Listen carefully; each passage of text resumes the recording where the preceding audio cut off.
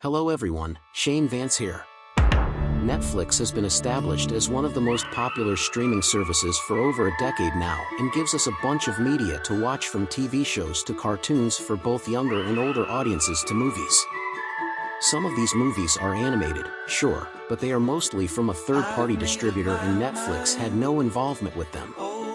But there are animated movies that the people of Netflix have made and distributed on their site. I am here today to rank all of the baddies from Netflix's filmography. Just a note, some of these don't have villains like Over the Moon or the Magician's Elephant. Also, most of the villains on this list are just forces who try to stop the protagonists, but I am ranking them since they play an antagonistic role regardless. Anyway, let the countdown commence. Mr. and Mrs. Willoughby from the Willoughbys.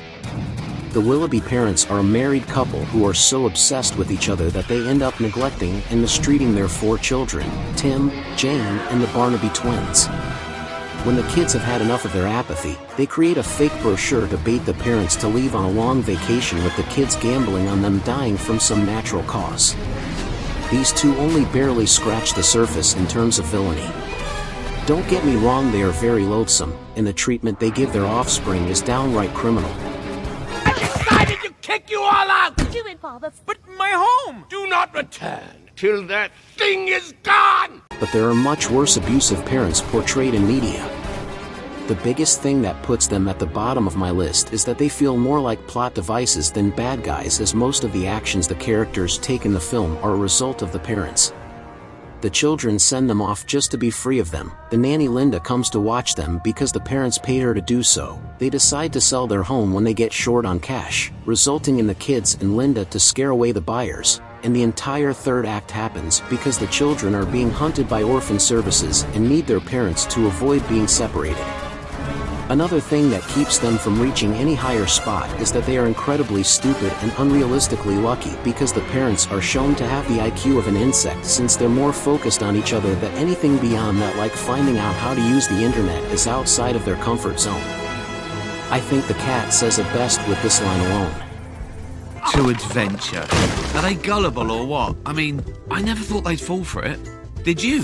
As for the lucky part, they are shown on multiple occasions to avoid certain death through sheer dumb luck that wouldn't work out in real life.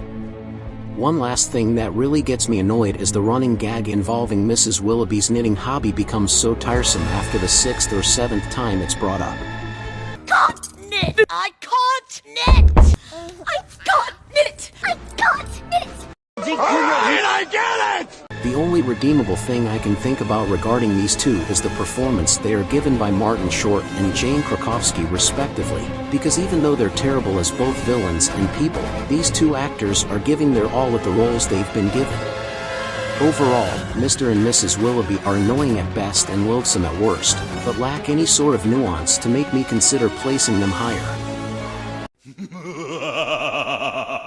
Miss Virginia Malkin from Leo.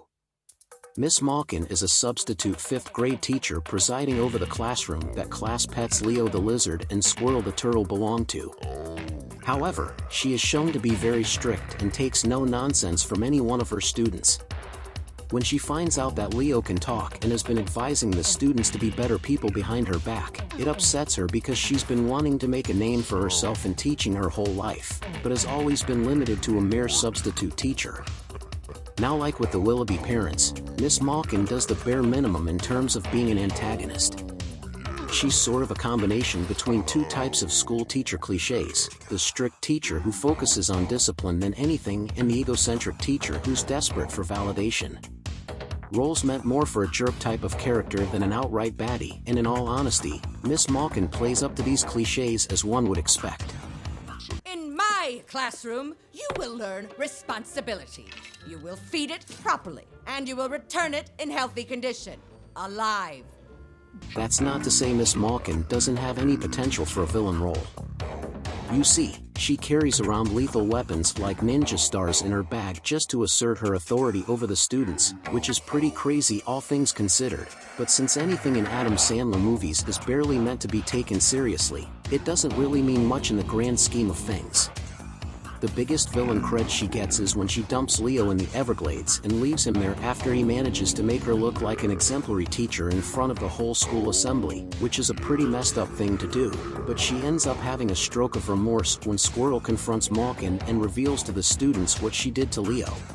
But does the Merit Face care? No! All the Merit Face wants is all the credit! This redemption arc feels all of the sudden, but given an earlier scene where Miss Malkin shares her woes with Leo and shows off a more humane side with her, I guess I can't complain too much. She also proves to be rather formidable for someone of her age as she ends up wrestling an alligator when it threatens her students. That's pretty impressive when you think about it. To end things off, Miss Malkin is more or less wasted villain potential because she feels too much like a cliched jerk and whatever act of villainy she does is minimal and completely undone by her later reformation. Nikki Narwhal from Thelma the Unicorn.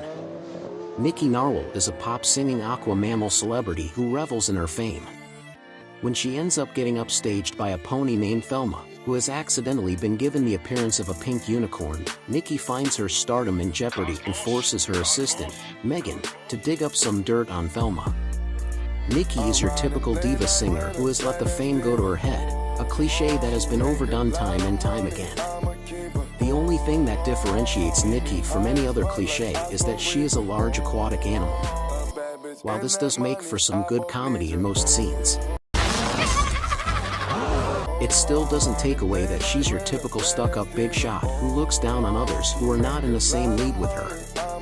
Similar to Miss Malkin, she's a combination of these archetypes, a celebrity who's sold out to boost her fame, whose fame is challenging by a promising new star, and who resorts to criminal means in order to take her down.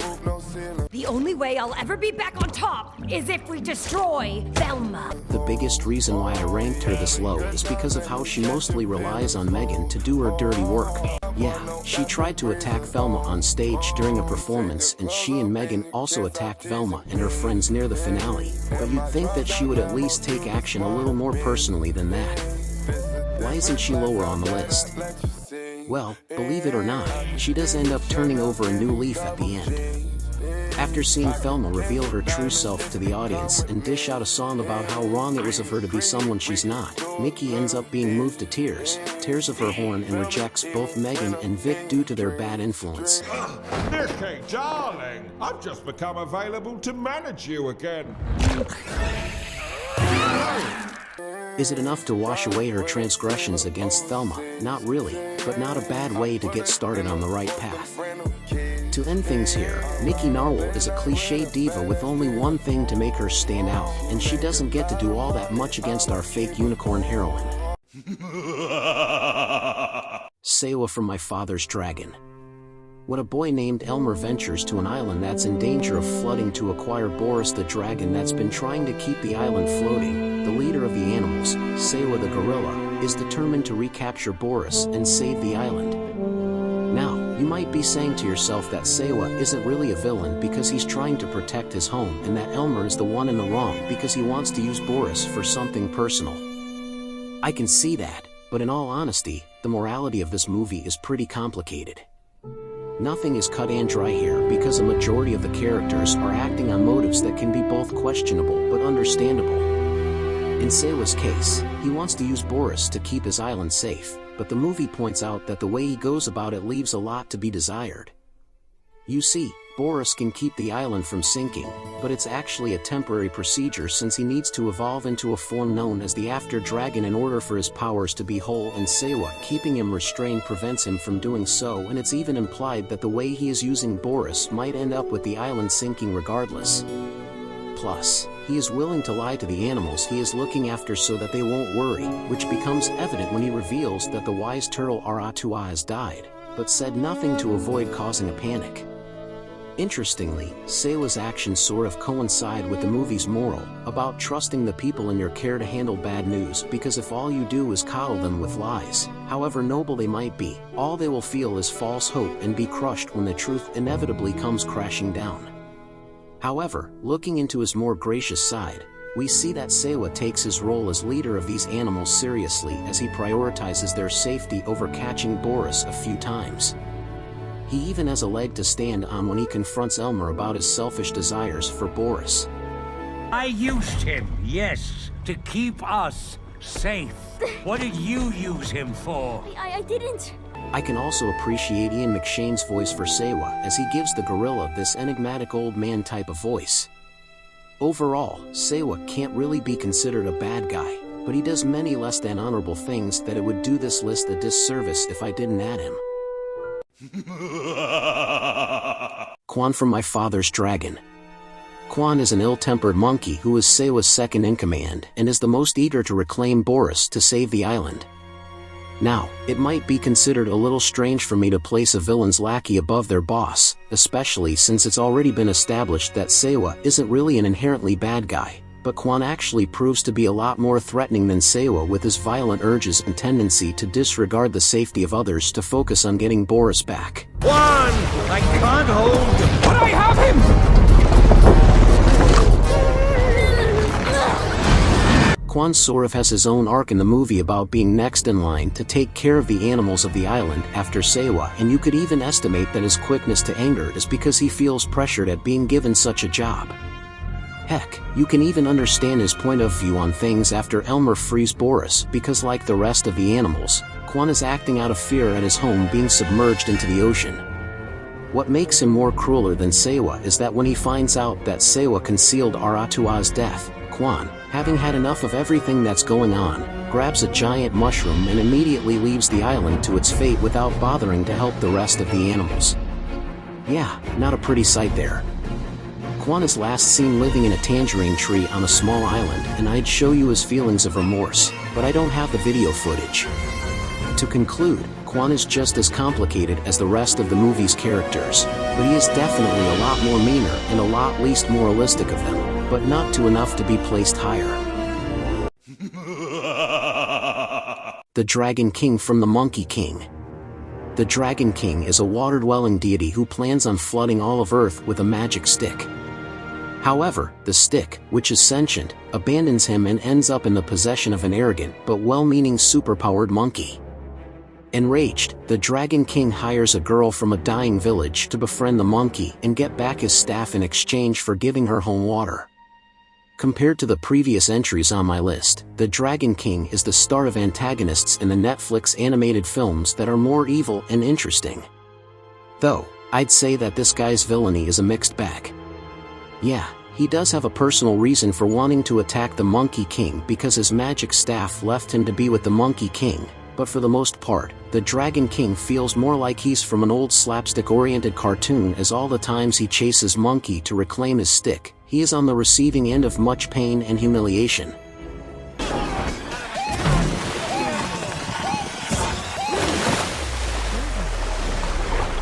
While we can enjoy a villain failing in their endeavors, it sort of becomes very hard to really enjoy it once it happens a little too often. I also found his aquatic powers to be rather average at best, with most of his abilities either being limited to appearing in a water-based vision or him just swimming around in his lair.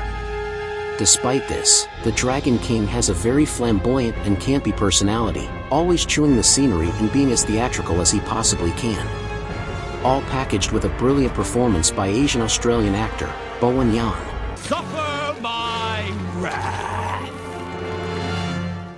Was supposed to be Lightning Crash. And there it is. It's his villain song, Take the World by Storm, that's truly a standout moment, because it's this jazzy and upbeat showstopper that's a lot of fun to listen to. I'm the top dragon, and he ain't bragging. No, I'm taking the world by storm. He is apparently based on Oguang, a character from the story based on the movie, Journey to the West. Now, I've never seen an adaptation of Journey to the West other than this movie last year when it came out on Netflix, but I just wanted to say that it must have taken some creative liberties to make a secondary character from an original novel and turn him into a bad guy. I'd say that the Dragon King's at his most evil near the end, where after he retrieves his staff, he transforms into a giant kaiju in order to flood the world. Why won't you die? I'm immortal, dummy! Though, His defeat at the end where he turns into a small blue lizard is a mixed bag because it kind of takes away the scary atmosphere of seeing a power-mad tyrant be turned into something so cute. To conclude, the Dragon King has a lot of things going for him, like his theatrical personality and improving himself to be a formidable opponent near the end, but we're mostly watching this bearded lizard get smacked around, and it takes away whatever threat that was being built. The Monarchs from the Sea Beast. The Monarchs of the Three Bridges Kingdom are a pair of corrupt royals who have hired the sailors managed by Captain Crow into killing a bunch of sea monsters. When Crow's crew fails to kill an elusive sea monster known as the Red Bluster, the Monarchs decide to transfer all monster hunting rights to Admiral Hornigold, since he has created a ship that's seemingly unstoppable in killing monsters. What nobody knows is that they are planning to rid the entire ocean of monsters in order to expand their empire to far-out places that are blocked from their reach by the sea monsters. When we first meet the Monarchs, they don't really come across as antagonists, just authority figures who, while snooty, aren't really all that harmful. Heck, even their decision to replace Captain Crow's crew with a more seemingly effective way of killing monsters feels like a pragmatic business action than it does an act of villainy. People will still look to the seas with fear. So today marks the beginning of a new era. However, the movie makes it a point to show that whatever stories they say about the sea monsters are just that, stories. Lies told to people to instill fear that these sea monsters are bloodthirsty animals and to justify their kills of the beasts in order to make it appear as though they are trying to protect innocent civilians.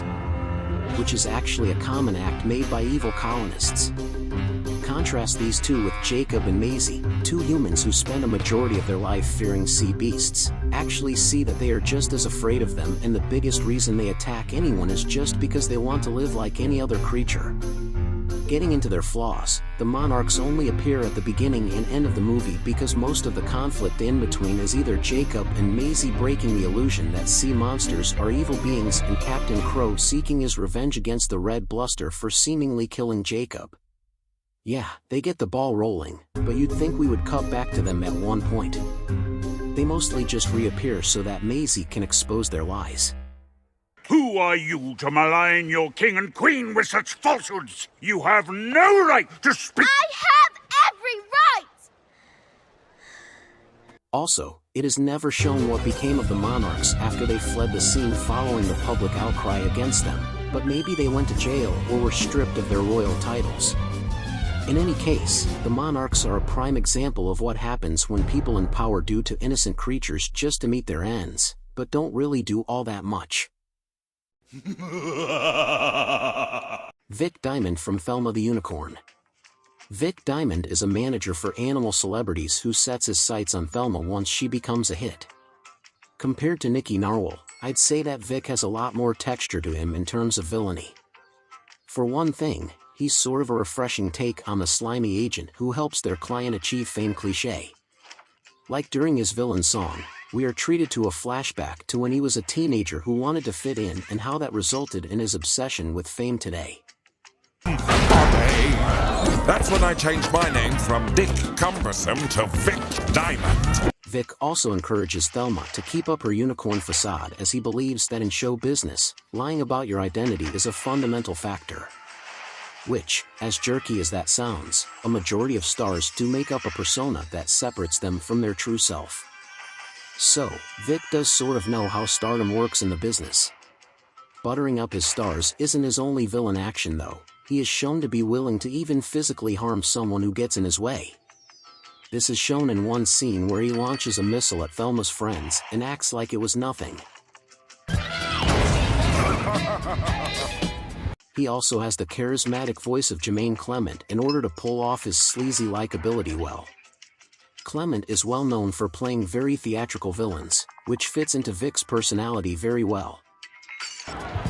Look, it's your name in lights. I also find his design to be rather quirky and charming, from his buck teeth, to his funny sunglasses, to even his weird hairdo. Getting into Vic's negatives though, I will say that after Thelma is blackmailed by Megan, he sort of becomes less involved in the story. I mean, the biggest conflict that has to be resolved is Thelma revealing herself to everyone in Sparklapalooza, and after she does so, Vic just leaves her unceremoniously and tries to be rehired by Nikki. It probably would have been nice to see him trying to stop Thelma from revealing the truth in hopes of still coasting on her fame.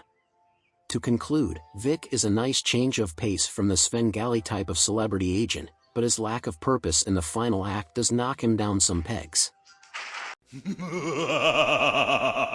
King James from America, the motion picture. King James leads the British in a hostile takeover of America and makes sure the people there adhere to British rule. The best way to describe King James is that he is basically a royal version of a James Bond villain. By that, I mean his rule over the British when they begin colonizing America has been adapted into what you might find in your standard adventure movie. There are plenty of things about King James to appreciate. Like, some little touches to his evil weapons are pretty creative. For instance, he manages to bring a British soccer ball to life and use it to kill one of his subordinates.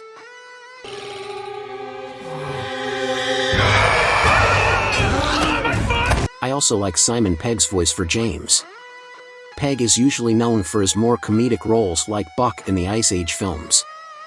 Though if I'm being honest, there are some funny moments that King James brings. What is the point of being a ruler if people are not following your rules? Keep in mind that James also has the privilege of being in an animated movie geared more for an older audience, so to anyone who is sensitive to swearing and everything else mature, expect some adult-type content around this guy. Getting into his flaws, James is the typical world domination-obsessed bad guy, with the only gimmick that differentiates him from the rest being that he's based on a real-life monarch. Though, it's hard to tell which king since there's been a number of them with the name of James. I also wouldn't say that he's an affectionate parody of King James, because he has more of the mentality of a supervillain than he does a power-mad king. His appearance as a heavy-set man in a futuristic-looking hoverchair is pretty impressive, but it does bring to mind of other sci-fi-based antagonists who have the same thing going for them. His biggest flaw, however, is how he isn't precautious enough to make sure his main underling, Benedict Arnold, doesn't betray him as midway through the movie, Arnold turns into his werewolf form and proceeds to tear out King James's heart. Why don't I take the whole thing? Why? Overall, King James has a lot of things going for him, but him being a standard take-over-the-world baddie as well as his death keeps him from getting any higher. Chaz Hunt from Back to the Outback. Chaz is the director of a zoo in Australia where he puts on a show of taming dangerous-looking animals found in the Australian outback. When 5 of these animals manage to break out of the zoo and head for the outback, Chaz's son, Chazzy, encourages his father to go after them since he has a reputation of being a famous hunter and Chaz only takes the mission to not disappoint his son. Now, it's obvious that Chaz is based on real-life Australian animal explorer, Steve Irwin. I don't know for sure if the filmmakers wanted him to be a full-fledged take on Irwin, but that doesn't take away on how transparent the similarities are. Getting into his villain prowess, I would say that Chaz is, to put it mildly, decent. You would think that he seems like an arrogant blowhard who is all talk, but we see that he is capable of tracking down the animals.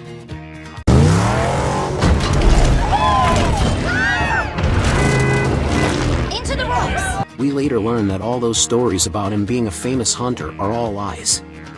You see, he was born in Florida and grew up watching nature documentaries, which gave him the inspiration to try and be like the people he saw on TV.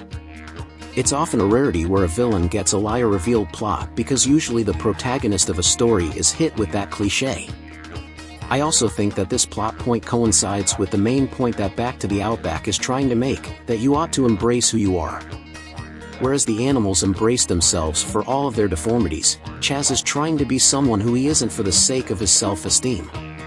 Another quality Chaz has is his relationship with Chazzy. It's obvious that Chaz really loves his son, which is the reason why he decided to personally try and track the animals down, so that his son won't lose his admiration for him. Hey, this is just like the time you dropped off that chopper onto the back of a charging rhinoceros.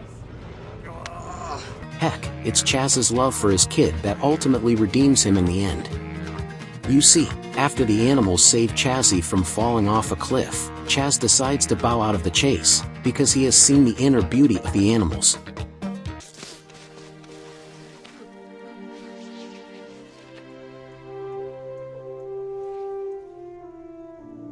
Looking at Chaz's negatives though, while he does have a lot of things to flesh him out, he does sort of fall into that category of a hunter villain in an animal movie.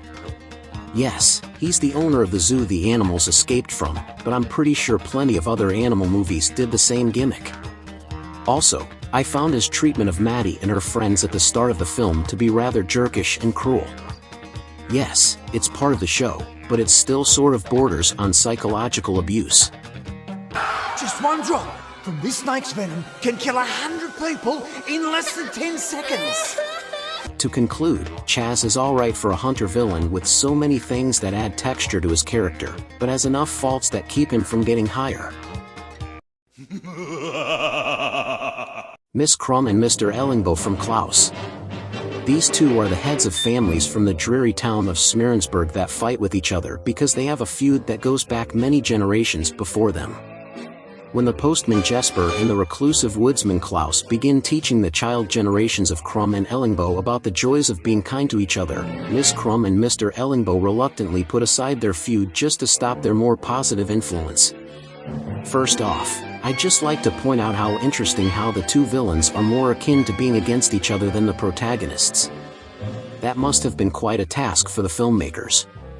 Getting into the families themselves, there's no clear answer as to how their feud started, but that's kind of the point with Miss Crumb and Mr. Ellingboe. They continue on this feud just because it's a long-standing tradition between both families. This is tradition. Centuries of glorious hatred passed down through generations. This senseless tradition of hate and rivalry is slowly untangled when Jesper and Klaus make up the Santa Claus mythos in order for the children to write letters for him, which becomes all the more meaningful when Jesper claims that if you're naughty to each other, Santa won't bring you a gift, which is what causes the children to start disowning the tradition and start being nicer to each other. It's kind of cathartic seeing how Crumb and Ellingboe's grasp over the younger generation ends up being undone because these two are so thoroughly unpleasant that this is one culture you won't care to disrespect. I think you hit your head pretty hard, dear. You should lie back down. I will give credit where it's due though. When the two begin cooperating, we actually see that they are a lot more effective together than they were apart. They find out that Jesper is only taking up the position of postman in Smearensburg just so he can go back to his privileged lifestyle, and they and whoever else in their clans are still loyal to them end up making so many letters to meet Jesper's quota in order to get rid of him and to reveal his true motives to his new friends. While that's not exactly the most evil thing a person can do, it is still rather hard to stomach. They also form a mob to destroy the gifts made by Klaus, which results in a pretty intense slope chase between Jesper, Klaus, and them. We're losing toys!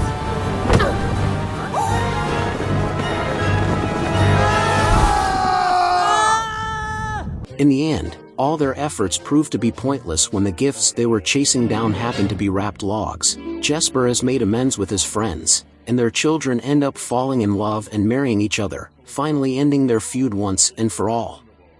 And boy, is it satisfying to see a toxic dynasty end. If I had to find any faults within these two, it would be that Ms. Crumb's voice actor, Joan Cusack, feels like she overacts in some scenes and Mr. Ellingboe falls into the cliché of your typical overweight dumb guy. All in all, Miss Crumb and Mr. Ellingboe are textbook examples as to why enforcing some traditions aren't worth the time of day, and you'll have a lot of catharsis at seeing their downfall. Ruff and Stucky from Arlo the Alligator Boy. Ruff and Stucky are a duo of hillbillies who own an alligator museum and seek to capture the teenage gator boy Arlo in order to make a profit off of him, and are accompanied by a giant werewolf creature that acts as their enforcer. At first glance, these two look like your generic poacher antagonists who want to capture a unique animal for business purposes.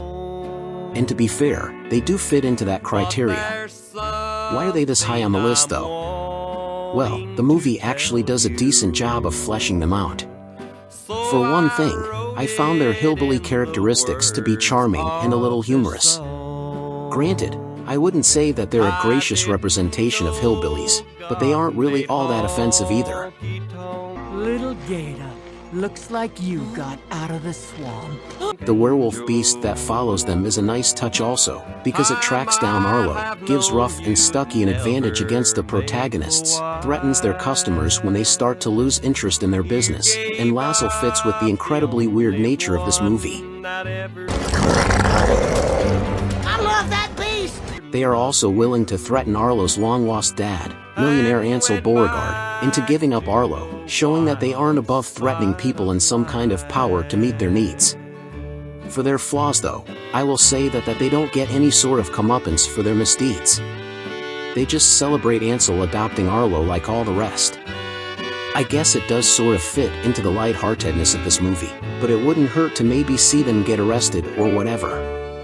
Also, the film leaves it ambiguous on whether or not they are either husband and wife, brother and sister, or boyfriend and girlfriend because they never refer to each other as such. To end things off here, Ruff and Stucky are villains who can leave you surprised for what they're capable of, but are held back by minor but nevertheless glaring flaws. Benedict Arnold from America, the motion picture. Based on the real-life American trader, Benedict Arnold is a crazy-as-heck renegade soldier who sells out all of his country to the British and hopes to take over the country since he has the ability to transform into a werewolf. Right off the bat, we can see that Arnold is a deranged megalomaniac who has clearly detached himself from his American roots. From turning the signing of the Declaration of Independence at the start of the film into a bloodbath. Declarate this! To murdering proud patriot Abraham Lincoln in cold blood. It's this pride in his treachery that makes him quite a compelling antagonist. He's so proud to be a traitor that he even betrays King James by murdering him. Yeah, he's even willing to off the head of the British just to have his empire all to himself. Why? Because, you double-stuffed buffoon, why would I want to eat a slice? Oh my god. When I can eat the whole, a pizza pack. I also have to praise his werewolf powers too.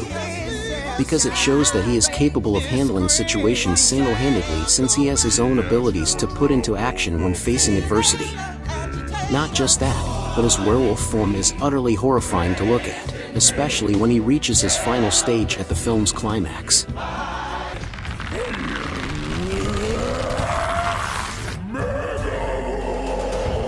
His entire evil plan on making all Americans turn into British people by making them inject chemically poisoned tea is rather insane, but hey, everything is basically insane in this film, so who am I to judge?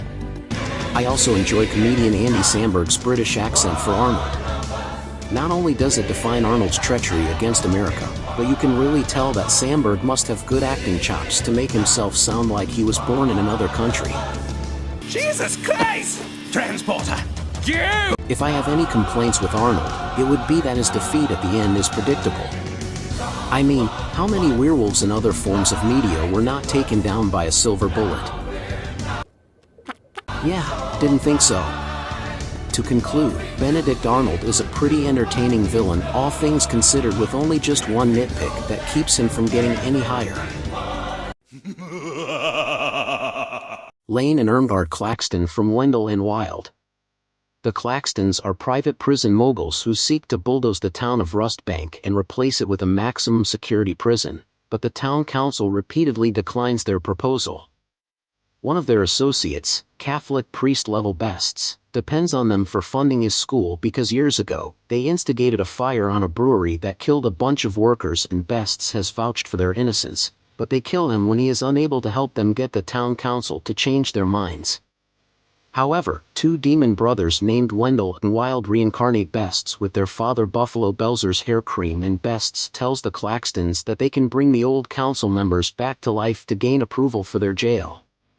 Lane and Irmgard seem like your typical corrupt business people trope, but the film actually manages to add dimension to these two in more ways than one.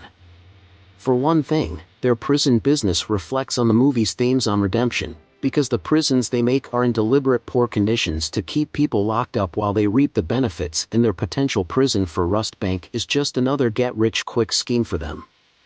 They are also shown to be willing to murder people to meet their ends, like what happened with Father Bests and the people who worked at the brewery. This means that they see human life as just another obstacle to overcome. Heck, their crime of torching the brewery is one of the movie's plot points. You see, the protagonist, Cat Elliot, is actually the daughter of the brewery owners, Delroy and Wilma, who at the start of the film, denied selling the brewery to the Claxtons, and the resulting fire that they caused is being investigated by the mother of Cat's trans friend, Raywell. Not even their own daughter, Siobhan, is exempt from their cruelty. From bluntly admitting their scheme to her when she confronts them. Provide crap food, crap medical, dangerous conditions, and zero rehabilitation. I am proud of you, dear. To even showing callousness when she gets caught up in the riot at their opening ceremony near the end of the film. One thing to like about these two though is their deceptively charming British accents, because there's a lot of entertainment to be had from their British dialect. What's that then? One nitpick I have with the Claxtons is that their defeat feels kind of underwhelming. They mostly rely on the zombie council members to fight off the protagonists rather than take action personally, and when they get defeated, they just try and run off, only to get arrested. To conclude, Lane and Irmgard Claxton do add in some dimension to the standard corrupt elitist archetype, yet I don't have the heart to rank them higher because of their defeat alone. The Podesta from Pinocchio. The Podesta is a man of the Italian military who is residing in Geppetto's village alongside his son Candlewick. When he meets the puppet Pinocchio and discovers that he can come back to life when he dies, he plots to use Pinocchio as a soldier to send off to the war. Now, before this adaptation of Pinocchio came out on Netflix nearly 2 years ago, I could see that the Podesta is basically this movie's adaptation of The Coachman. However, the movie's director, Guillermo del Toro, wanted to make his adaptation of the famous Carlo Collodi tale to be more based in reality, though with a few exceptions. As such, the whole Land of Toys plot point from the original book has been adapted into a military camp to fit the movie's war story. Getting into the Podesta himself, I will admit that there's a lot to say about him. For one thing, his mind is so set in the war of fascist Italy that he doesn't really have time to think about anything else.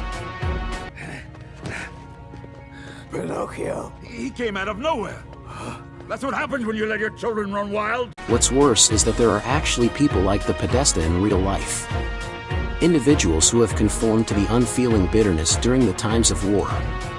You might be thinking that the Podesta is just suffering from PTSD since he lives in a period where peace is a rarity to come by, but no. His apathetic nature and only focusing on what the military wants is just plain inexcusable. I'd have more sympathy for him if the movie showed his more kind-hearted side, but I guess the filmmakers just wanted a guy to hate more than the film's main villain, who I will get to shortly. One thing I can praise about the Podesta is the performance by character actor Ron Perlman. Perlman is well known for voicing characters with a no-nonsense demeanor, which fits into the Podesta very well. Who controls you, wooden boy? His relationship with both Pinocchio and Candlewick are pretty interesting as well. He brings Pinocchio to the training camp in hopes to use his immortality to be an ideal soldier for Italy. This actually coincides with the movie's theme on the downsides of immortality, because while Pinocchio coming back to life after dying for a short period of time may be considered a blessing, the fact remains that he will outlive everyone he grows to care for, like the potential soldiers that Pinocchio could befriend had he actually stayed with the army. So the Podesta using his immortality as a defense against Italy's enemies is pretty messed up when you stop to think about it. As for Candlewick, well, the boy just wants his father's approval and not think of him as a weakling, but since he's more focused on fighting for his country above everything, this makes it an uphill battle for him. It isn't until the Podesta orders him to kill Pinocchio at gunpoint does Candlewick finally see what a monster his father truly is, which is made even more apparent when the Podesta tries to kill him for his disobedience. Now, you will know what it is to truly serve the fatherland. Contrast this against Pinocchio and Geppetto's own complicated relationship, where at first, Geppetto sees Pinocchio as just a replacement for his dead son Carlo, but he ends up coming to appreciate Pinocchio for who he is. There's also a lot of catharsis to the Podesta's defeat in the end.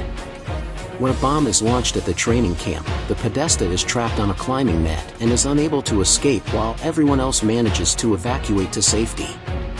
Well, everyone except Pinocchio, but moving past that, not only is the character's death satisfying in of itself, but the fact that the character he's based on doesn't suffer any repercussions for his evil deeds would also bring a smile to anyone's face. The one grievance I have with the Podesta is that the movie doesn't mention on how he used to be a blacksmith during the start of the movie. I mean, sure, it's not really important to the plot, but it wouldn't be too bad to see him go from an average Joe to one of the most reprehensible people that ever existed. Overall, the Podesta is a brilliant example on how to write an irredeemable human being who's detached from his emotions with only one thing stopping him from ranking higher.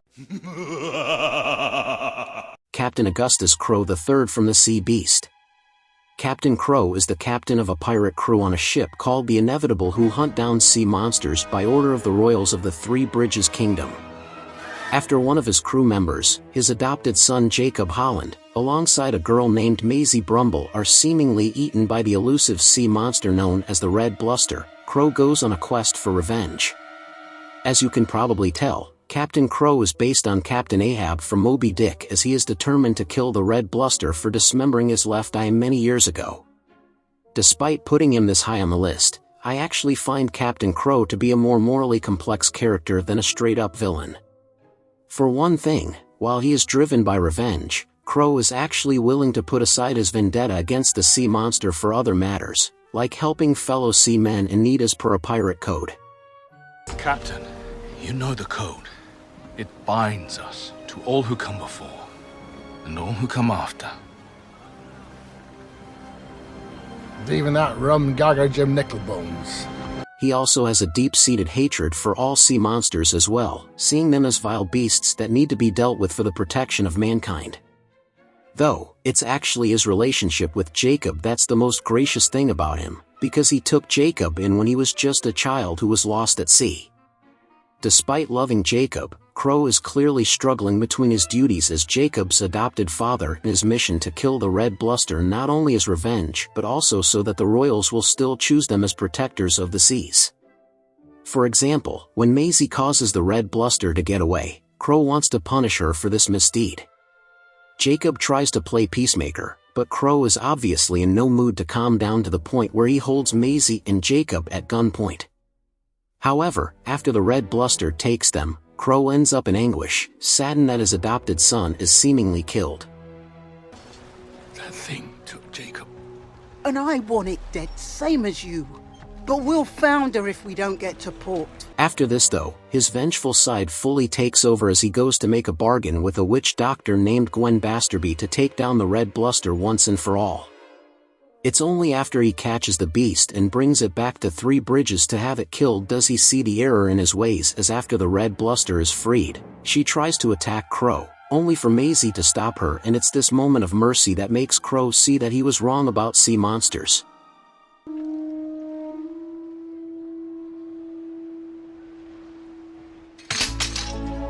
One element of Captain Crow that I have an issue with is that, well, the other two on my list are better villains in my opinion. Nothing against Crow personally, I just think the forthcoming villains I will rank are more interesting.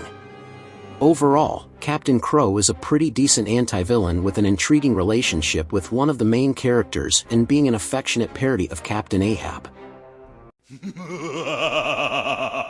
Dr. Onda from Ultraman Uprising.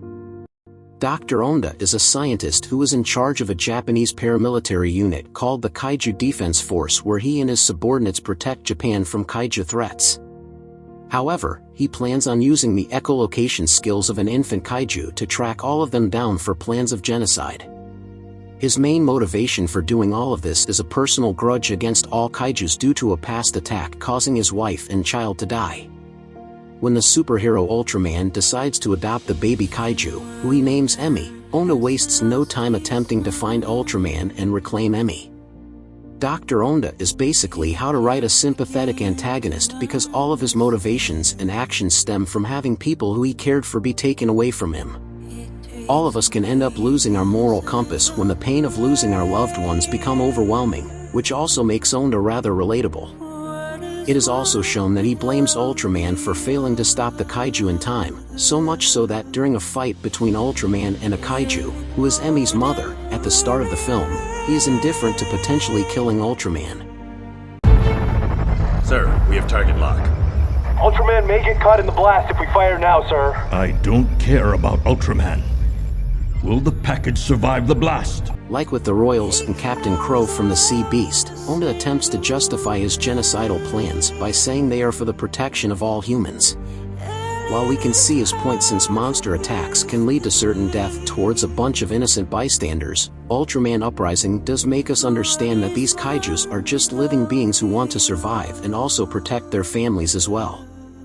Astonishingly though, the sympathy we have for Dr. Onda doesn't really waver even as he puts his scheme to kill all kaijus into action because we can see that he has a lot of redeemable qualities. For one thing, he is a family man, not just because of his love of his own family, but also appreciates the welfare of others' relatives as well, to the point where in one scene, he gives one of his henchmen time off to be with his family. I also found his grudge against Ultraman to be eerily realistic because anyone who has lost their loved ones can and will blame authority figures for failing to do their jobs. Ultraman! I trusted you! I trusted you to protect us! To protect them! Though, it has to be said that most of the time, it wasn't so much incompetence that's to blame as it was the situation being outside their control or the fact that they're so caught up in other matters that they can't at the time focus on you alone. Though, this doesn't really make Onda any less tragic. Onda is also shown to be willing to use the birth mother of the kaiju that he took down by converting her into a cyborg that he controls. That's another thing I want to talk about. Onda has a large assortment of technology that both fits into his role as head of the defense force against monsters and also helps him track down Emmy. His defeat at the end is pretty intriguing as well. Instead of the heroes killing him, Onda instead chooses to set the robot he's been controlling to self-destruct when he sees that his enemies are just too strong for him to take down alone. When he ends up seeing that one of the Ultramans who's been fighting him sets up a shield, Onda doesn't even give a look of disappointment as he is at peace of his eventual death and will be happy to see his wife and daughter again in the afterlife. All in all, Dr. Onda is, to reiterate, an example of how to write a villain that's sympathetic, realistic, and relatable with his backstory and grudge against kaijus and the film's hero.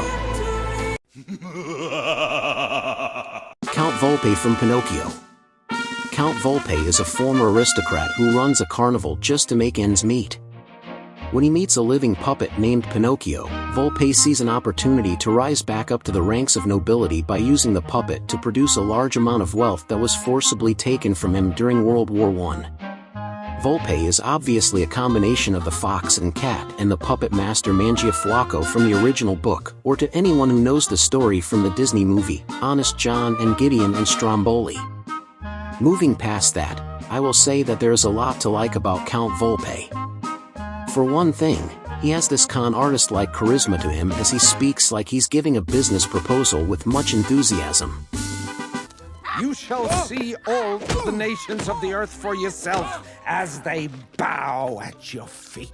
I also found his ambition to use Pinocchio to regain his former socialite status to be a refreshing change of pace for the greedy circus owner character archetype, because it gives us a chance to hear about Volpe's backstory. I think his villain song, "We Were a King Once," which is honestly pretty underrated, says it best. We were bathing in milk played for diamonds and silk once, but we want it twice. The best thing about Volpe has to be his voice actor, Christoph Waltz. Waltz is well known for playing villains who have this unshakable charm to them, and Count V is yet another example of that.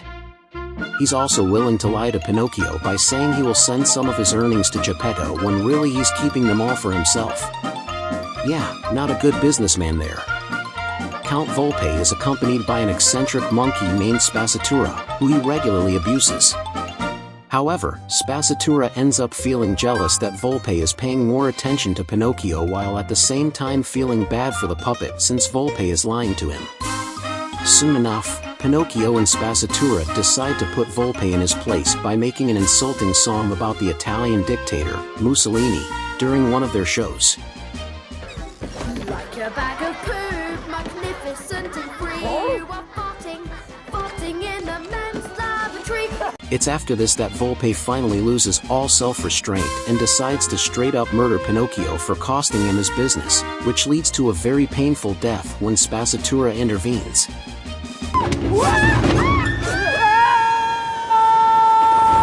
To conclude, Count Vulpe is everything you would want in a villain: charismatic, ambitious, having a good voice actor, and the very definition of vile scum.